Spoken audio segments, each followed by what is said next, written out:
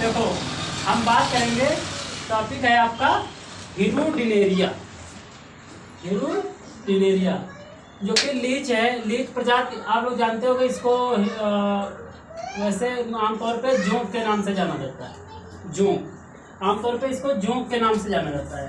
Leach Hirudinaria इसकी जो है एक वंश होता है। वंश जैसे नहीं हम लोगों में या इंसानों में प्रजाति एक होती है कि ये इस वंश के हैं, ये इस जाति के हैं, ये इस प्रजाति के हैं, इस तरीके से जो होता है उसको कहते हैं आप वंश।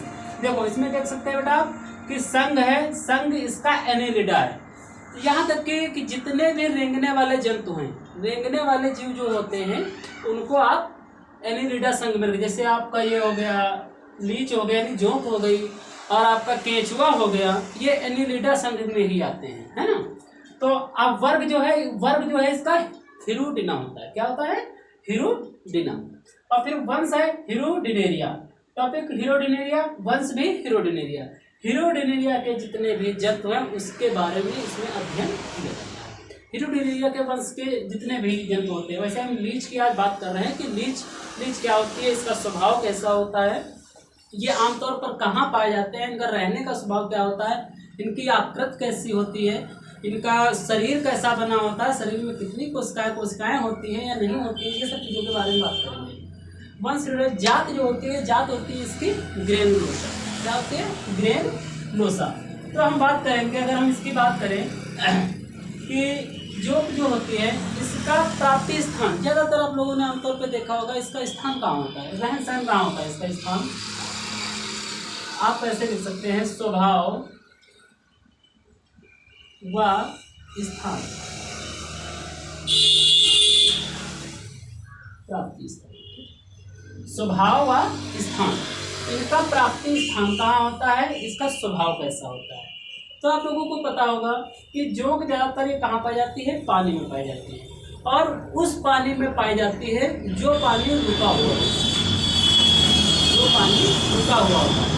मान लीजिए कि नहर है, आपके खेत के बगल से नहर है, और नहर से पानी जब खेत में आ जाता है या नहर में ही पानी रुक जाए, जब बहना उसका बंद हो जाएगा, तब उसमें से ये लीच जो जोंक होती है वो उत्पन्न हो जाती है।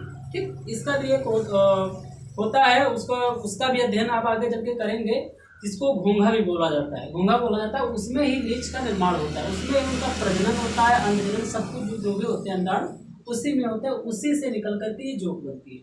तो आपने देखा होगा आमतौर पे कि जब पानी रुक जाता है खेतों में, नहर में, तालाबों में, तो वहाँ पे जोंक मिलती है। और इनका आकार कैसा होता है? इनका आकार जो बेटा होता है,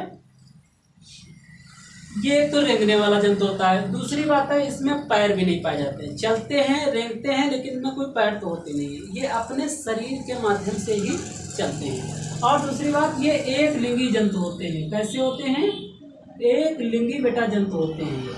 ये एक लिंगी जंतु होते हैं, इनमें प्रजनन करने के लिए दूसरे जंतु की आवश्यकता नहीं होती।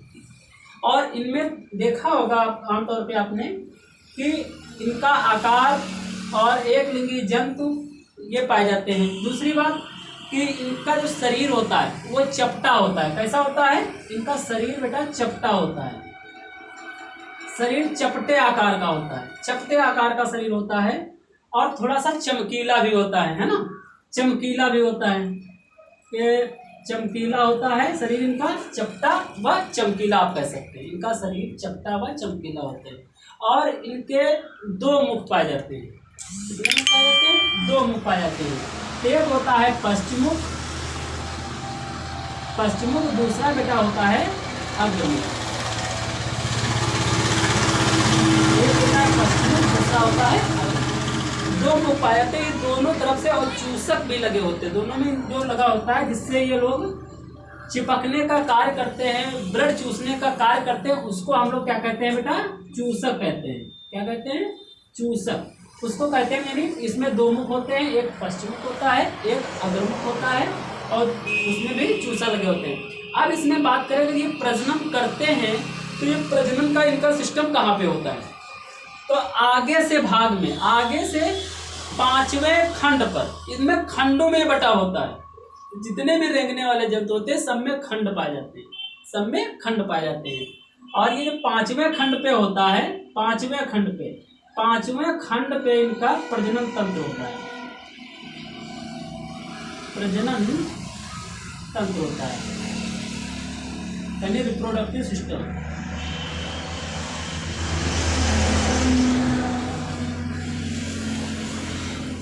रिप्रोडक्टिव सिस्टम पाया जाता है ना पांचवें खंड पे इनका रिप्रोडक्टिव सिस्टम पाया जाता है। और आपने देखा कि इनके पश्चमुख, अग्रमुख, चूसक का कार्य बेटा क्या होता है? चूसक का कार्य सिर्फ इतना होता है, इसमें देखा होगा जो जोंक होती है बेटा, मान लो हम एक मॉडल बना देते हैं जोंक का एक मॉडल बना देते हैं। जैसे मान लीजिए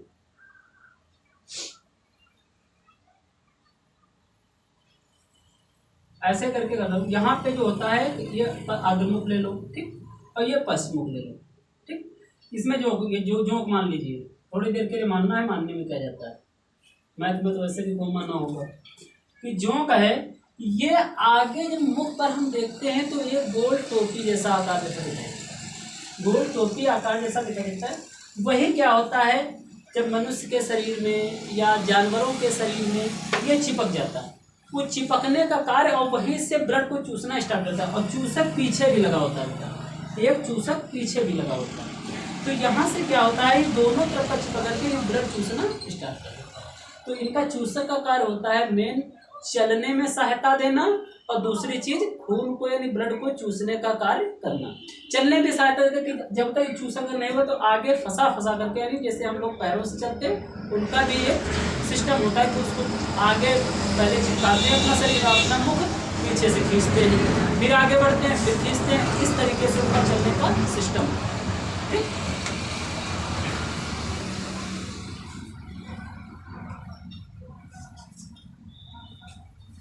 तो इनका आकार समझ में आ गया होगा कि आकार कैसा इनका होता है, चपटा आकार होता है, और ये चमकीली होती हैं, जो होती है चमकीली होती हैं। और संघ इसका क्या होता है, एनालिडा संघ होता है। वंश क्या होता है, हिरोडिनेरिया होता है, ठीक है। इस तरीके से आप इनको भी लिखना, क्योंकि मेन टॉपिक में सबसे पहले तुमको डालना भी पड़ेगा ये किस संघ का है और किस जाति का है, किस वंश का है, ये सब चीजें तुमको करनी पड़ेगी, ठीक है।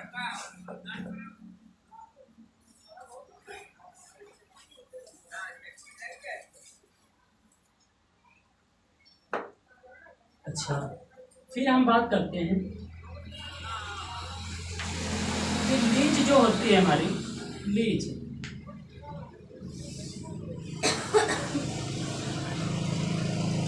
ऐसे भी समझ सकते हैं कि एक तो मुख्य बिंदु होता है, मुख्य बिंदु पे क्या होता है, अग्रभाग। एक होता है आपका अंत बिंदु पे बेटा क्या होता है, पश्च भाग होता है, ठीक। और एक होता है मध्य में इनका पेट होता है, कि बिल्कुल जो हम जैसे चूसक की बात करें कि प्रजनन तंत्र सिस्टम कहाँ होता है, यहाँ से समझ लीजिए कि इस तरीके से मान लीजिए जो है ये अग्रभाग है, ये पश्च भाग है, ठीक।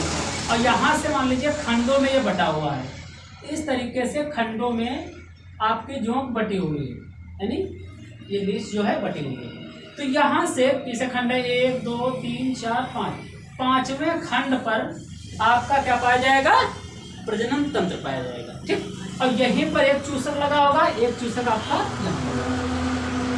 एक चूसक अग्रभाग में, एक चूसक पश्च भाग। चूसक का कार्य क्या होता है, चूसक का जो कार्य होता है अभी हमने बताया कि चूसक का कार्य क्या होता है, चूसक का कार्य होता है ब्लड को खींचना, ऐसे समझ सकते हो, खींचना व चलने में सहायता करना,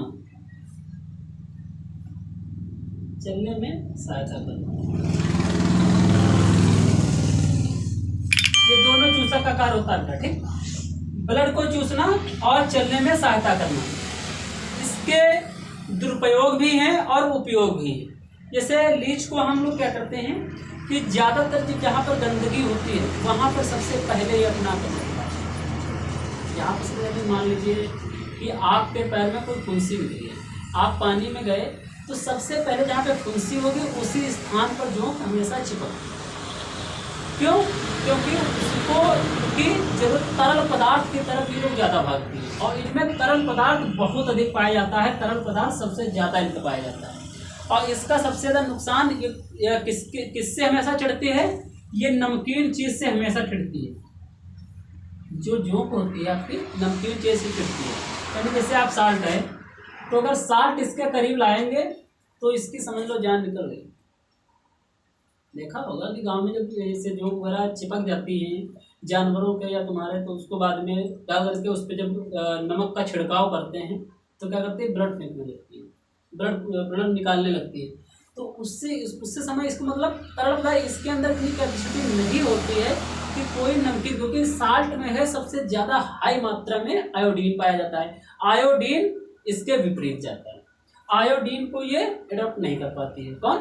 लीच आयोडीन को रिसीव नहीं कर पाती है, इसलिए इसको हमेशा नमकीन चीज़ों से यानी साल्ट से हमेशा एलर्जी रहती है, हमेशा एलर्जी रहती है। और ये पानी में चलायमान बहुत तेज होते हैं, पानी में सबसे अधिक तेज, ये इनकी स्पीड बहुत अधिक होती है। और ये लचीला भी होता है, आपने देखा होगा ये जोंक जो होती है लचीली भी बहुत होती है। जो क्या होती है, बहुत लचीली, बहुत ही नाजुक होती है। आप किसी भी तरीके से इसको तोड़ मरोड़ दें, कुछ भी कर दें, लेकिन ये मरने वाली इतनी जल्दी नहीं है। या आप उसको मारेंगे ही, मान लो ईंटे पत्थर को उठा के उसको कूट दिया, पीट दिया, चटनी बना दिया, तो वो अलग चीज़ है। अगर आप उसको मार के चटनी पीस देंगे तभी कोई दिक्कत नहीं, इसमें हड्डी भी होती नहीं, आराम से चटनी बना करके आप यूज भी कर सकते हैं, क्योंकि उसको नुकसानदायक है।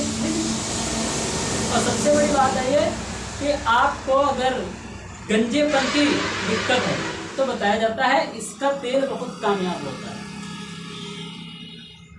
ऐसा कि साइंस की भाषा में बताया गया, लोगों ने प्रयोग भी किए हैं कि आप इसको पकड़ करके, इसको तल करके जब तलेंगे तो इसमें से चिकना पदार्थ यानी चर्बी इसकी छूटेगी, तरल पदार्थ जो होगा इसका वो छूटेगा, और जब वो छूटेगा तो उसी तेल की मालिश की जाती है। तो उससे क्या बताते हैं कि बाल जो है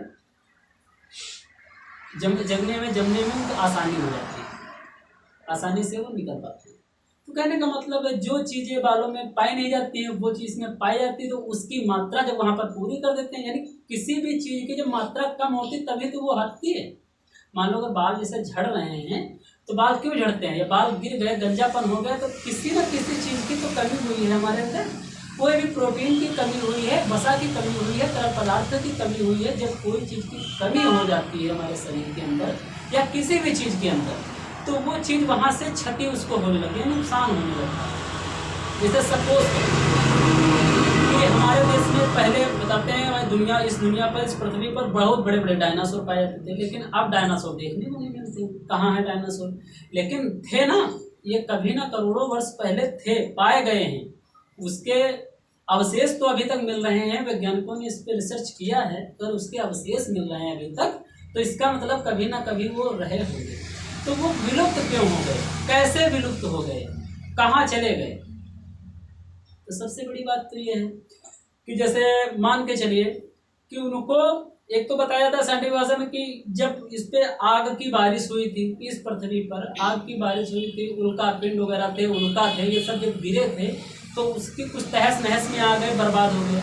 लेकिन अगर एक दो जंतु बचे भी थे तो उसमें क्या हुआ, उनको लोगों ने या अन्य जंतुओं ने उस पर हावी होकर के आक्रमण करके मार डाला। ऐसा भी हो सकता है अगर आप आकलन करें, अगर आप ऐसे लगाएं मतलब कि हम सोचें कि ये कैसे विलुप्त हुआ होगा, या तो उनके ज़रूरत की चीज़ें नष्ट हो गई हों, वो अपना जीवन यापन ना कर पा रहे हों, तभी जा कर के ये सब चीज़ें विलुप्त होती हैं। उसी प्रकार से ये है कि अगर बाल झड़ रहे हैं आपके, तो कहने का मतलब है कि कोई भी प्रोटीन की उसमें कमी हुई, कोई भी प्रोटीन की कमी हुई। जैसे व्यक्ति बीमार होता है, बीमार हो जाता है, बुखार आने लगा, या उसको टाइफाइड बन गया, डेंगू मलेरिया आदि बीमारियाँ तमाम बन जाती हैं, बीमारियाँ कैंसर वगैरह है, तो ये सब चीज़ें बनती, ये कब बनती हैं? ये बीमारियाँ हमेशा व्यक्ति के अंदर होती है, लेकिन सपोज बात ये होती है कि बीमारियाँ कब हमारे ऊपर हावी हो जाए ये क्लियर नहीं। हावी कब होती है? जब हमारे शरीर का इम्यूनिटी सिस्टम कमजोर हो, सीधी सी बात है। मेन पॉइंट है कि आप जब देखो, जब हमारे शरीर का इम्यूनिटी सिस्टम यानी प्रतिरोधक क्षमता जब कम पड़ेगी, प्रतिरोधक क्षमता का जो तंत्र है वो डिसमिस होगा, तभी हमारे अंदर रोग हावी होता है। अन्यथा क्या रोग हावी हो सकते हैं? क्योंकि जब तक हमें किसी भी चीज़ से लड़ने की क्षमता है, लड़ने की कैपेसिटी है, तब तक हमारा कोई कुछ नहीं बिगाड़ सकता। मान चलो कि हम दुबले पतले हैं, तो कोई हमसे हष्ट पुष्ट इंसान आ जाए, तो क्या उसके आगे हम टक्कर ले पाएंगे? नहीं। अगर हमारे अंदर है क्षमता तो हम उससे टक्कर ले भी सकते हैं। तो वही चीज़ होता है कि इससे कोई रोग हमारे ऊपर हावी हो रहा। देख रहे हैं कि बचपन में बुखार आता है, या मान 14, 15, 18 साल की उम्र में जब बुखार आता है तो हल्की सी दवाई लेते हैं, ठीक हो जाता है। और वही 50 के बाद में जब बुखार आता है तो 2-2, 3-3, 4-4 दिन दवाई लेना पड़ता है। मौका लगे बुढ़ापा जब आता है कि बुढ़ापा में हमेशा हमें दवाई खाना पड़ता है ना। ये सब चीज़ें होती हैं। तो आप लोग समझ गए होंगे कि हिरण्य लीच में क्या होता है, कैसे पाए जाते हैं, कहाँ कहाँ ये पाए जाते हैं, कहाँ नहीं होते हैं, ये है ना। ये सब चीज़ बताया कि इनका मुख कितने होते हैं। मुख आपको बताया कि अग्रमुख होता है, पश्चिम मुख होता है, दो मुख मुख्यतः इस पर पाए जाते हैं। ठीक, जय हिंद।